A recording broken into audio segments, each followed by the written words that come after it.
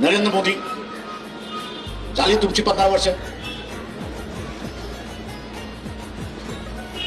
तुमचे सगळे गुलाम आहेत याची मला जाणीव आहे. पण एप्रिल पर्यंत थांबा. तुमच्या 2 रील्स बाहेर काढल्याशिवाय मी राहणार नाही. आता त्या रील्स येऊन द्यायच्या नसतील. त्या रील्स येऊन द्यायच्या नसतील.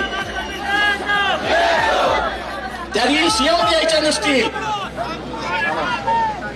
त्या रील्स येऊ द्यायच्या नसतील तर खुर्ची खाली करा. टेन्शन आमच्या पुढे 2च मार्ग आहेत. एक तर देशाला वाचवा आणि ते जर करायचं असेल तर तुम्हाला संपवा. आणि तुम्हाला इज्जत वाचवायची असेल तर तुम्ही खाली करा आणि असताना बघून घ्या. मी इथल्या बीजेपी वाल्यांना सांगतोय की आम्ही तुमचा राजीनामा नाही मागत. सत्ता ही तुमचीच राहणार आहे. कारण लोकांनी तुम्हाला 5 वर्षासाठी निवडून दिले. तुम्ही काही निवडणूक घेणार नाही. तुम्ही काही निवडणूक घेणार नाही. त्याच्यामुळे सत्ता तुमचीच राहील.